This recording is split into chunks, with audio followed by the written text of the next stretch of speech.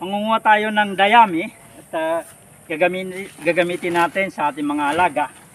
At kung may pag-iimbakan lang tayo dito, talagang maganda ito sa mga ruminant. Ayun nga lang, itong dayami na ito ay ano pa, no? Ilalagay pa sa isa-silage pa. At mga content na mga kailangan natin ay urea at saka molasses. Pero sa ngayon wala pa tayong pag-iimbakan. So sa sako lang muna natin na ilalagay. No? So yan, mangunguha tayo. Yan.